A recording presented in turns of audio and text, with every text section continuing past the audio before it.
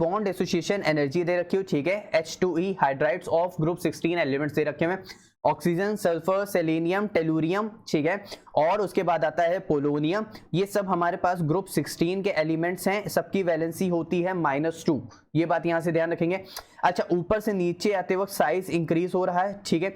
Bond association energy का मतलब होता है बॉन्ड को, इसके और इसके बीच के बॉन्ड को ब्रेक करने में जो एनर्जी लग रही है वो बॉन्ड एसोसिएशन एनर्जी है, ठीक है।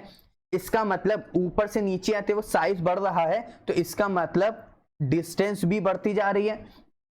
अगर डिस्टेंस बढ़ती जा रही है तो पॉजिटिव और नेगेटिव का अट्रैक्शन भी बहुत वीक हो रहा है, तो इसका मतलब यहां से एनर्जी कम देनी पड़ेगी। तो सबसे ज्यादा एनर्जी कहां में लगेगी? सबसे ज्यादा ए में लगेगी, फिर बी में लगेगी, फिर सी में लगेगी, फिर डी में लगेगी, क्योंकि लाइन से ही ऑर्डर दे रखा है। और oxygen, sulphur, selenium, tellurium, polonium, इन सबका ऑर्डर सेम ही रहता है, कोई भी चेंज नहीं होता है। तो इसीलिए यहाँ पे ऊपर से नीचे आते हुए साइज बढ़ रहा है, तो इनकी वैलेंसी मतलब इनके जो बॉन्ड एसोसिएशन एनर्जी वो क्या हो जाएगा? वीक हो जाएगा। तो सबसे ज्यादा ए का यहाँ पे है, फिर उसके बाद बी का, फिर बी का यहाँ पे, उसके बाद सी का, उसके बाद डी का नहीं आना है, उसके बाद सी का नहीं, और ऑप्शन नंबर सी मेरे पास थर्ड क्या हो जाएगा?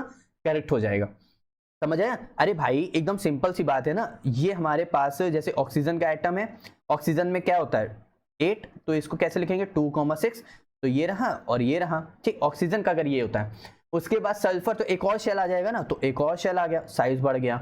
फिर उसके बाद सेलेनियम, फिर उसके बाद सेलेनियम, एक और शेल आ गया, फिर टेलुरियम, फिर एक और शेल आ गया, यानी साइज बढ़ता जा रहा है। तो इसका मतलब बॉन्ड एसोसिएशन एनर्जी क्या हो जाएगी? जितना पॉजिटिव और नेगेटिव का अट्रैक्शन भी वीक हो जाएगा, तो कम एनर्जी से इलेक्ट्रॉन रिमूव हो जाएगा।